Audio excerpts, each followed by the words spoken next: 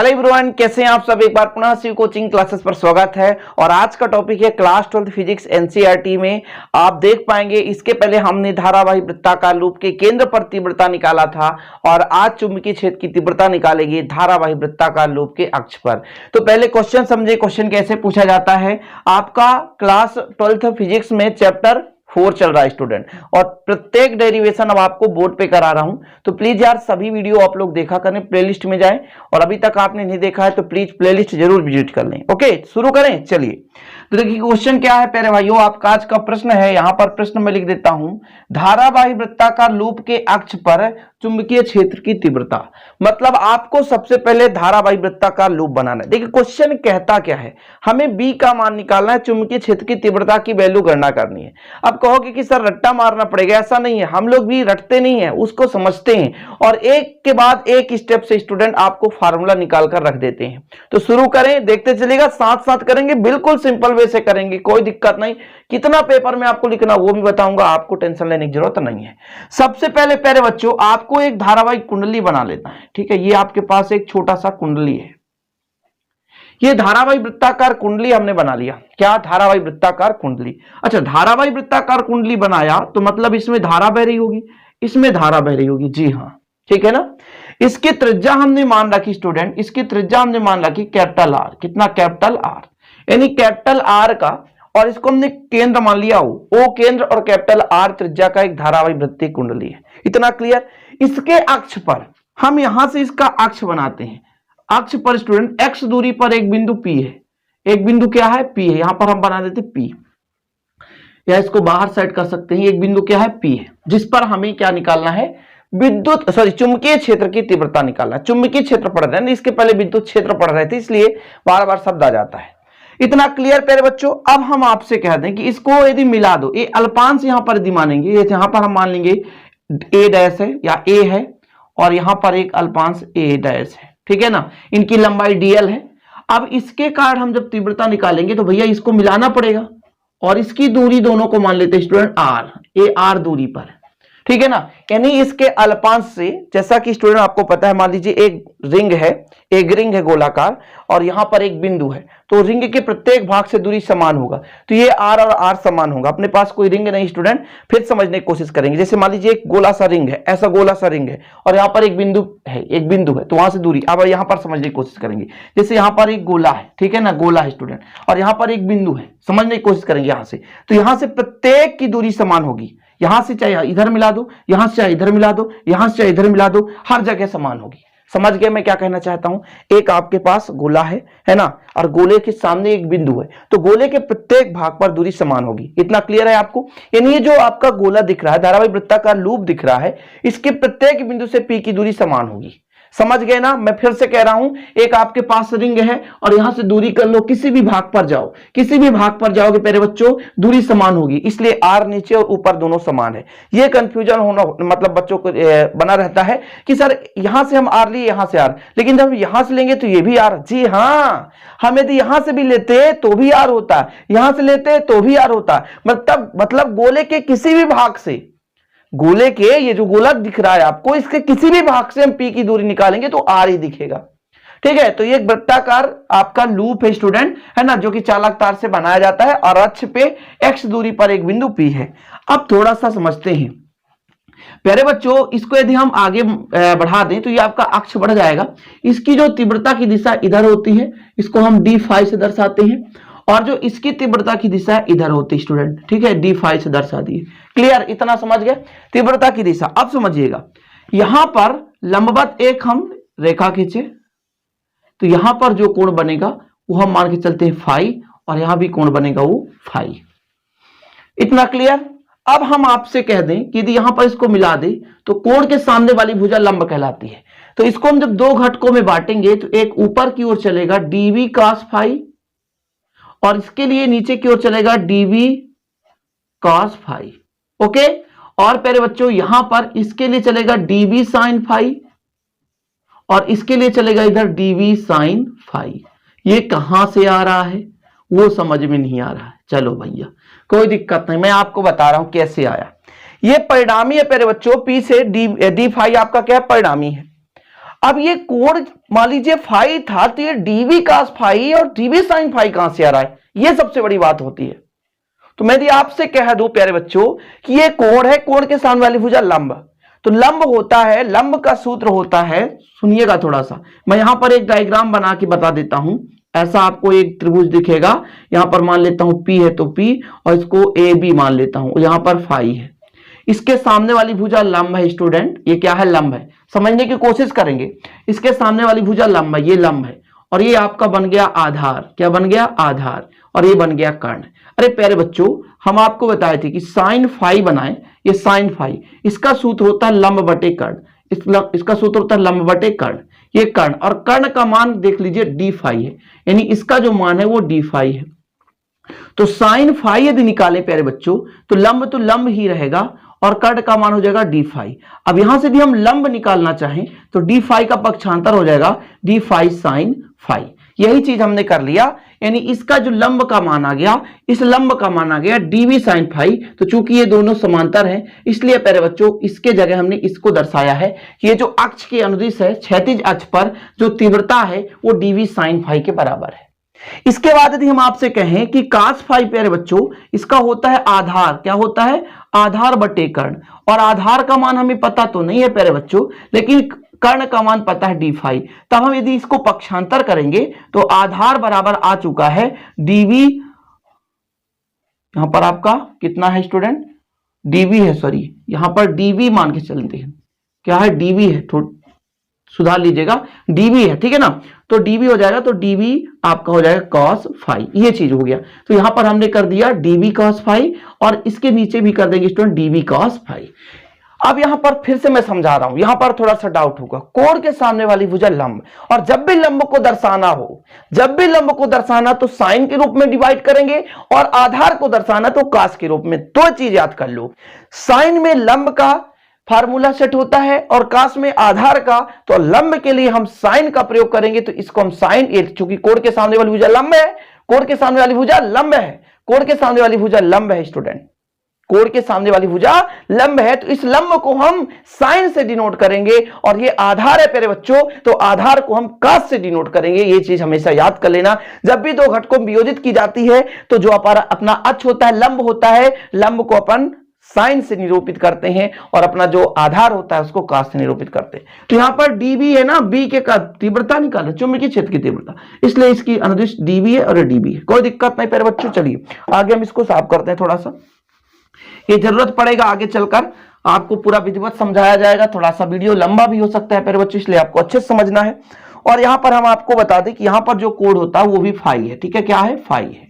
चलें शुरू करें। तो सबसे पहले हमने क्या कहा था आपको कि माना एक आपके पास धारावाही वृत्ताकार लूप है जो कि त्रिज्या कैपिटल आर और ओ केंद्र से निर्मित है, ठीक है। तो यहां पर हम उत्तर लिखना शुरू करेंगे प्यारे बच्चों, और उत्तर में आपको स्टार्टिंग में यही करना है कि माना ओ केंद्र, माना ओ केंद्र व कैपिटल आर त्रिज्या का एक वृत्ताकार लूप है, एक वृत्ताकार लूप है, एक वृत्ताकार लूप है, लूप के केंद्र से, लूप के केंद्र से x दूरी पर, देख सकते हैं आप कितने दूरी पर, x दूरी पर एक बिंदु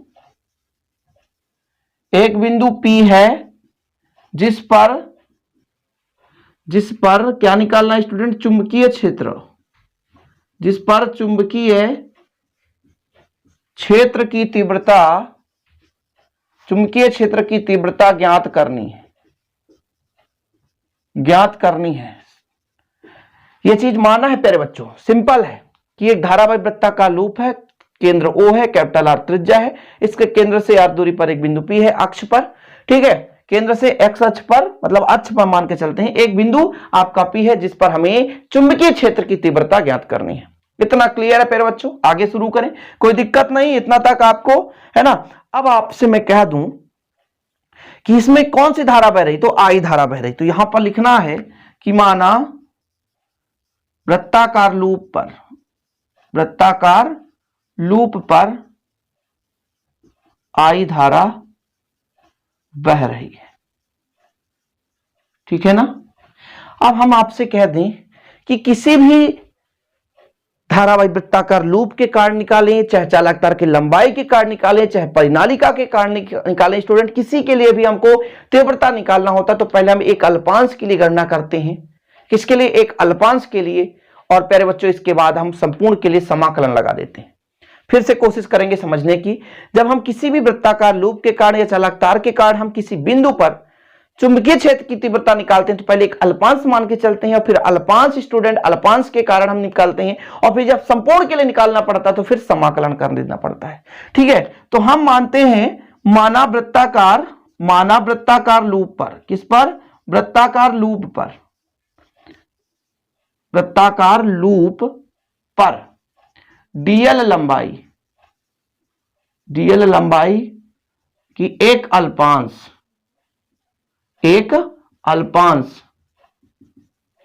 ए ऊपर ए की कल्पना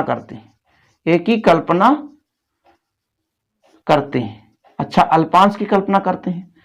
एक अल्पांश की हमने कल्पना कर लिया ए की, तब अल्पांश के कारण आपको लिखना, तब अल्पांश के कारण बिंदु P पर किसकी तीव्रता? प्यारे बच्चों चुंबकीय क्षेत्र की तीव्रता बताना है। तो आपको पता होगा बायो-सेवर्ट के नियम से μ0/4 I dl sin थीटा बटे r स्क्वायर। r क्या है, I क्या है, dl क्या है? dl क्या है? अल्पांश है। I जो धारा है, dl अल्पांश है, I धारा है और r त्रिज्या है, यानी दूरी है। अब फिर से समझाता हूं, एक एक पॉइंट समझेंगे, कहां से आ रहा है वो चीज मैं आपको क्लियर करूंगा, भले वीडियो लंबा हो जाए। प्यारे बच्चों है ही ऐसा क्वेश्चन। अब आपसे कहूं कि चूंकि थीटा बराबर 90 डिग्री, तो आप कह दोगे यहां पर कि dB बराबर हो जाएगा μ0/4 I dl sin 90 और बटे r स्क्वायर। मैं 90 भी बताऊंगा कैसे आ रहा है, बिल्कुल चिंता ना करें। तो dB बराबर आ जाएगा प्यारे बच्चों μ0/4 और आपके पास आ चुका है I dl बटे r स्क्वायर, और इसको हम समीकरण 1 दे देते हैं, बार बार प्रयोग होगा। अब ये 90 डिग्री कैसे बना? हम यदि आपको कह दें कि कहीं भी धारा बह रही है, ये आपके पास प्यारे बच्चों वृत्ताकार कुंडली है, यदि यहां पे धारा बह रही है I, इसकी स्पर्श रेखा खींच दें, और इसके अल्पांश यहीं पर हम गणना कर रहे हैं, चाहे अल्पांश ले लें, तब ये त्रिज्या जो है हमेशा लंबवत होगा। ठीक है, क्या होगा? लंबवत होगा। या अक्ष से इधर रेखा भी खींचा जाए तब पर भी क्या होगा? लंबवत होगा। समझ रहे हैं? तो वही चीज स्टूडेंट यहां पे जो कोण बन रहा है, यानी ये आपका केंद्र से मिलाने वाला है, और ये जो इसकी धारा की दिशा होगा तो भी 90 बनेगा। चाहे ये आपका r है प्यारे बच्चों, r जो इसको स्पर्श करते हुए अक्ष पर जा रहा है, जैसे यहां पे जा रहा है, तो इसके और इसके बीच 90 डिग्री बन रहा है। इसके केंद्र को स्पर्श करते हुए आगे की ओर जा रहा है प्यारे बच्चों, तो यहां पर कितने डिग्री कोण बनेगा? 90 डिग्री बन रहा है। समझ रहे हैं ना? तो ये यहां के बीच का कोण है, यहां के बीच का, यहां नहीं, यहां के बीच का कोण है। समझ रहे हैं ना? तो ये 90 डिग्री बन रहा है, इस कारण से थीटा बराबर 90 डिग्री कर दिया हमने। ठीक है ना? चलो इसी प्रकार एक और हम अल्पांश लेंगे a डैश। ठीक है ना? अब देखिएगा थोड़ा सा, अल्पांश a के अल्पांश a के चुंबकीय क्षेत्र dB को दो घटकों में वियोजित किया जा सकता है,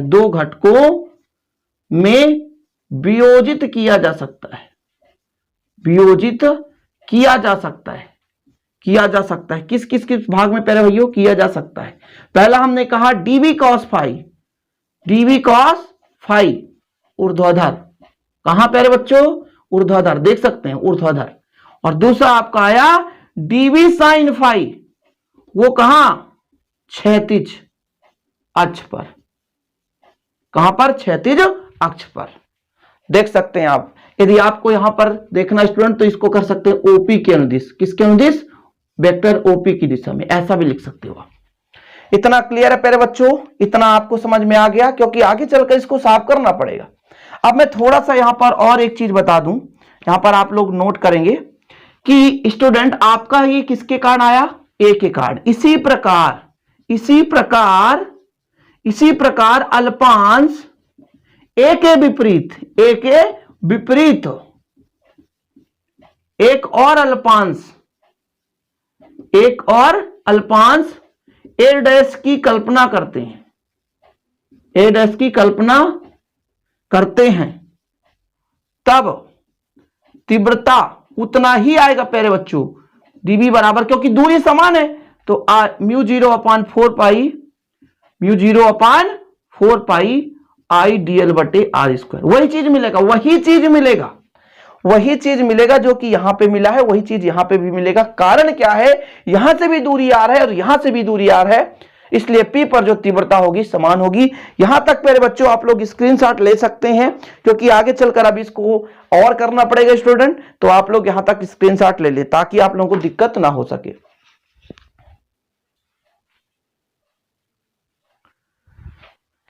चलिए, तो स्क्रीनशॉट ले लिए, आगे साफ करें प्यारे बच्चों। थोड़ा सा ध्यान दीजिएगा क्योंकि वीडियो लंबा बन रहा है, क्वेश्चन ही थोड़ा सा लंबा है स्टूडेंट। थोड़ा सा क्या है ना, माइक को इधर उधर करना पड़ता है, अन्यथा साउंड नहीं आएगा। साफ करें, चलिए यहां तक अपन कर देते हैं। इसकी जरूरत पड़ेगी, अभी मैं बता रहा हूं। इसको आप दे सकते हैं समीकरण 2, चाहे समीकरण 1 ले लेंगे चाहे समीकरण 2, दोनों की जरूरत पड़े, किसी को ले लेंगे, कोई दिक्कत नहीं है। ठीक है, एक अल्पांश ऊपर के लिए, एक अल्पांश उसके विपरीत, दोनों के लिए हमने निकाल दिया ताकि आप लोगों को दिक्कत नहीं हो सकती। ठीक है प्यारे बच्चों, अब चूंकि मैं आपसे कह दूं अल्पांश ए डैश हमने माना कि तीव्रता dB को कितने घटकों में वियोजित कर सकते हैं, 2 घटकों में। जैसे ऊपर वाले को 2 घटकों में, वैसे ही स्टूडेंट नीचे वाले को भी 2 घटकों में वियोजित किया जा सकता है, वियोजित किया जा सकता है ना, समझिएगा।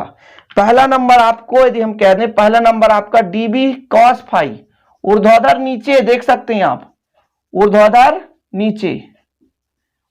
नीचे। दूसरा आपका dB sin फाई, वो प्यारे बच्चों कहां,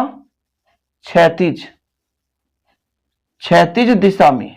ये कहां आ गया, देख लो, ये dB जो cos फाई, ये नीचे था, एक यहां पे था, साफ हो गया, dB cos फाई, ये कहां, ऊर्ध्वाधर नीचे की ओर, और dB sin फाई क्षैतिज दिशा पे। अब थोड़ा सा आपको पता होना चाहिए, क्योंकि ये dB यहां पर cos फाई और ये dB cos फाई दोनों एक दूसरे के अपोजिट हैं। बताओ कैंसिल करेंगे कि नहीं? जी हां, dB cos फाई एक ऊर्ध्वाधर ऊपर की ओर और dB cos फाई एक ऊर्ध्वाधर नीचे की ओर परिमाण में समान है, इसलिए जो तीव्रता है एक दूसरे को कैंसिल कर देंगे। तो हम यदि कह दें प्यारे बच्चों कि बिंदु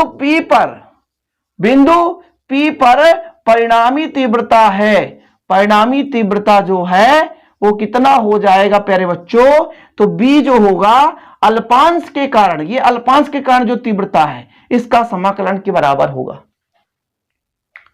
यहां पे आपको दिक्कत होगी। अब dV बराबर किसको लिख दें, सबसे बड़ी समस्या है। अब dV बराबर क्या हम dB sin फाई को लिख दें कि cos फाई को लिख दें? तो आप लोगों को प्यारे बच्चों इतना क्लियर होना चाहिए कि हमको किसको लिखना है। तो हमने बताया कि dB cos फाई और नीचे का dB cos फाई एक दूसरे के विपरीत है, परिमाण में समान है प्यारे बच्चों, तो एक दूसरे को क्या कर देंगे, कैंसिल कर देंगे। इसलिए हमें केवल और केवल sin फाई को लेना पड़ेगा।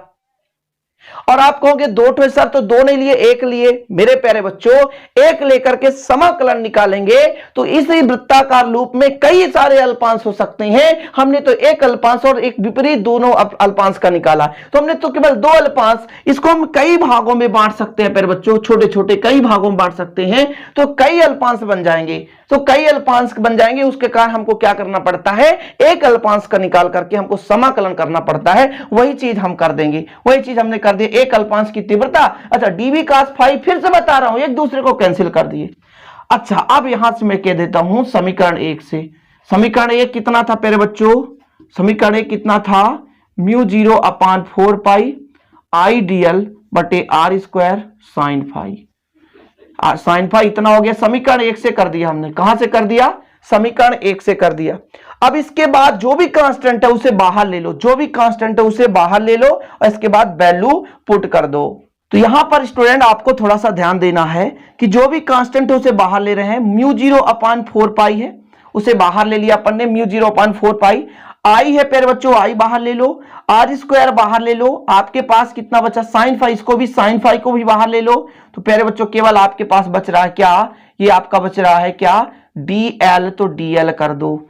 यहां तक क्लियर है। आगे हम साफ करेंगे। अब चूंकि आप लोगों को बताएंगे स्टेप कि dl क्या है, एक अल्पांश की लंबाई है, तो ये वृत्ताकार लूप है, तो वृत्ताकार लूप की लंबाई वृत्त की परिधि होती है। समझने की कोशिश करेंगे, वृत्ताकार लूप की लंबाई वृत्त की परिधि होती है। वृत्ताकार लूप की लंबाई वृत्त की क्या होती है, परिधि होती है। फिर से समझा रहा हूं, वृत्ताकार लूप की लंबाई वृत्त की परिधि होती है। तो चूंकि मैं यहां पे यदि कह दूं कि चूंकि जो आपका dl है वो अल्पांश का है प्यारे बच्चों, और इस समाकलन लग गया तो संपूर्ण वृत्ताकार लूप है, यही वृत्त की परिधि है, यही वृत्त की क्या है, परिधि है। और परिधि होता है 2 पाई आर प्यारे बच्चों, कितना होता है 2 पाई आर। फिर से मैं कह रहा हूं ये dl क्या है, अल्पांश है, ये dl क्या है, अल्पांश है। जब हमने समाकलन लगा दिया प्यारे बच्चों, तो समाकलन का मतलब ये हो गया पूरे वृत्ताकार लूप की लंबाई, और पूरे वृत्ताकार लूप की लंबाई ही वृत्त की क्या है, परिधि है। और वृत्त की परिधि का फार्मूला होता है 2 पाई आर। और एक चीज मैं आपको कह दूं कि त्रिभुज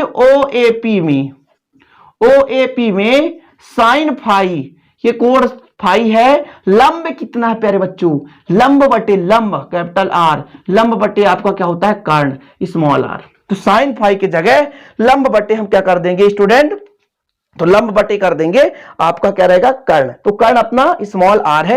यहां तक क्लियर हो जाना चाहिए। अब वैल्यू पुट कर देते हैं। हम समीकरण 1 2 दे चुके थे, यहां पर समीकरण 3 से, तो समीकरण 3 से हम वैल्यू पुट कर देते हैं, गलत नहीं होना चाहिए कहीं भी। समीकरण 3 से वैल्यू पुट करिए तो आपके पास b इक्वल आ गया μ0/4 पाई आई बटे आर स्क्वायर। जी हां, और साइन फाई का मान आपके पास कैपिटल आर बटे स्मॉल आर, और dl का मान है 2 पाई आर, 2 पाई आर प्यारे बच्चों। चलिए कुछ कैंसिल हो रहा है क्या, पाई से पाई कट गया, और प्यारे बच्चों कितना कट रहा है, यहां पे 2 से कट रहा है, 2 दूनी 4। तो देखो तो कितना ऊपर μ0, तो μ0, आई तो आई, और स्टूडेंट आपका r से r का गुणा तो आर स्क्वायर, नीचे 2 है तो 2, और एक आर और एक आर, यहां पर टोटल 2 और 3 आर, आर क्यूब हो गया, आर क्यूब हो गया। यहां तक आपका बिल्कुल ठीक ठाक चल रहा है। और इसको दे दो समीकरण 4, समीकरण 4 दे दो प्यारे बच्चों, और आगे आप इसका स्क्रीनशॉट ले लो। समय दे रहा हूं 5 सेकंड का, स्क्रीनशॉट ले लो।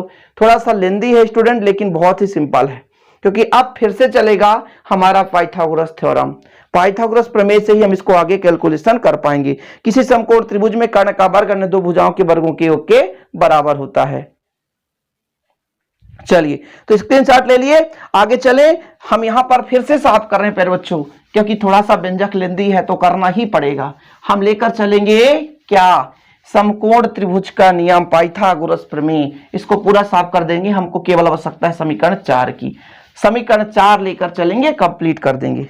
देखिएगा त्रिभुज, यदि हम ऊपर वाला को ले लें चाहे नीचे वाला, कहीं ये भी कैपिटल आर ही है, तो ऊपर वाले को ले लेते हैं। त्रिभुज AOP में पाइथागोरस प्रमेय से, किससे, पाइथागोरस प्रमेय से, पाइथागोरस प्रमेय से प्यारे बच्चों, कर्ण का वर्ग बराबर लंब का वर्ग धन आधार का वर्ग। अच्छा, कर्ण आपका क्या कह रहा है, ये है कर्ण, ये है कर्ण, तो आर का वर्ग, लंब आप इसको मान ले कैपिटल आर, और आधार मान लो एक्स, ये हो गया। अच्छा, आर बराबर under root capital R square plus small x square. समीकरण 4 में मान रखने पर, समीकरण 4 से, कहां से, समीकरण 4 में क्या रखने पर, मान रखने पर, मान रखने पर। चलो वैल्यू पुट कर दो प्यारे बच्चों। तो b बराबर कितना आ गया, μ0 आई आर स्क्वायर अपान कितना हो जाएगा, 2 इंटू आर के जगह हो जाएगा under root R, capital R, यहां पे कैपिटल आर क्यूब, और plus small x, sorry R square x square का क्यूब हो जाएगा। ठीक है, इतना क्लियर। इसको ऐसे भी हम मॉडिफाई कर सकते हैं, μ0 आई आर स्क्वायर बटे 2 है तो 2, ये प्यारे बच्चों R square plus x square है, घात में 3 है, और अंडर रूट का मतलब होता है 1/2। ये मॉडिफाई कर दी हमने, इसको मॉडिफाई कर दिया। यदि फेरों की संख्या n हो तो n का हम मल्टीप्लाई कर सकते हैं। ठीक है, आगे हम मिटा देते हैं इसको। यदि कुंडली में फेरों की संख्या n है, यहां पर लिखेंगे यदि कुंडली में फेरों की संख्या, किसकी? फेरों की संख्या कैपिटल एन हो तो एन का मल्टीप्लाई कर देंगे, एक फेरे के लिए है तो एन फेरे के लिए mu zero N I R square divide by प्यारे बच्चों 2 गुणे R square plus x square, जी हाँ R square plus x square और 3/2 हो गया पास। ठीक है, अब यदि बिंदु बहुत पास आ जाए, यदि बिंदु बहुत पास आ जाए, बिंदु यदि बहुत पास आ जाए, ये बिंदु इसके नजदीक आ जाए, यानी x का मान बहुत कम हो जाए, यदि x का मान बहुत कम हो जाए तब क्या होगा स्टूडेंट? तो आपका यही मान लीजिए आंसर आपका समीकरण के कितना था? 4 था, वो समीकरण 4 था ना। ठीक है, समीकरण इसको हम दे देते 5, जो भी समीकरण रहा होगा। तो अब स्थिति लगाएंगे प्यारे बच्चों, जब स्थिति लगा रहे हैं ना, जब बिंदु P वृत्तीय लूप के अत्यंत समीप हो, ठीक है। 2 स्थिति लगाएंगे, जब वृत्ताकार लूप अत्यंत समीप हो अर्थात केंद्र पर हो, अर्थात यहां पर लिख सकते हैं अर्थात केंद्र पर हो, तब स्टूडेंट हम क्या करेंगे? जो x का मान है बहुत ही छोटा है, किससे? r से, तब हम x को उपेक्षा कर देंगे तो b बराबर आ जाएगा mu zero N I R square, x तो खत्म प्यारे बच्चों, 2r स्क्वायर 3/2, तो 2 से 2 कैंसिल हो गया, तो आपके पास बचा mu zero N I R square बटे 2r क्यूब से ये 2r कैंसिल, 1r बचेगा, यानी आपके पास आया म्यू जीरो एन आई अपॉन 2r। देख सकते हैं बिल्कुल सिंपल है, देख सकते हैं सिंपल है प्यारे बच्चों। जब बिंदु कहां आ जाए? केंद्र पर आ जाए, नहीं अत्यंत समीप आ जाए, तो ये इसके कारण तीव्रता बिल्कुल सही है, बिल्कुल गलत नहीं है, एक भी मिस नहीं है, आप लोग इसको कलेक्ट कर सकते हैं। ओके, चलिए एक और हम ले लेते हैं प्यारे बच्चों। जब बहुत दूर बिंदु स्थित हो, थोड़ा समझिएगा, केंद्र से अत्यधिक दूरी पर हो, इतना हम साफ कर दें, स्क्रीनशॉट ले लेना, बाद में नहीं कहना कि सर ने मौका नहीं दिया, व्यंजक तो लेंदी है तो करना ही पड़ेगा। दूसरा आपका टर्म कंडीशन आ रहा है, दूसरा आपका प्यारे बच्चों, ये पहला नंबर था स्थित, और स्थित सेकंड हम यहां पर देख रहे हैं, स्थित सेकंड जब बिंदु P कहां हो, है ना, वृत्ताकार लूप से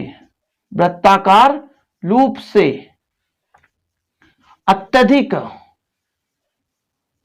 दूरी पर हो, जब आपका बिंदु P है वृत्ताकार लूप से अत्यधिक दूरी पर हो, तब स्टूडेंट आपका तीव्रता कितना आएगा? तब स्टूडेंट हमारा जो x है वो ग्रेटर देन होगा r से, तो आपका b हो जाएगा म्यू जीरो अपान आपका है नहीं एन आई आर स्क्वायर, और स्टूडेंट यहां पर हम यदि कर दें तो यहां पर आपका क्या हो जाएगा? 2r को उपेक्षा कर दो तो अंदर हो जाएगा x स्क्वायर की पावर 3/2 और 2 से कट जाएगा, तो b बराबर आ जाएगा mu zero N I R square बटे आपका 2x cube.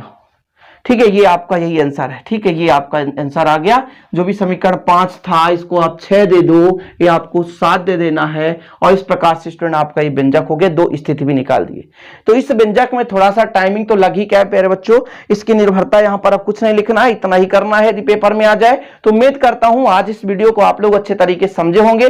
Point by point समझाना पड़ता है, इसलिए थोड़ा सा लंबा हो जाता है। वीडियो पसंद आए तो लाइक जरूर करें और दोस्तों के साथ शेयर कर दीजिए। मिलते हैं अगली वीडियो के साथ, तब तक के लिए जय हिंद, वंदे मातरम।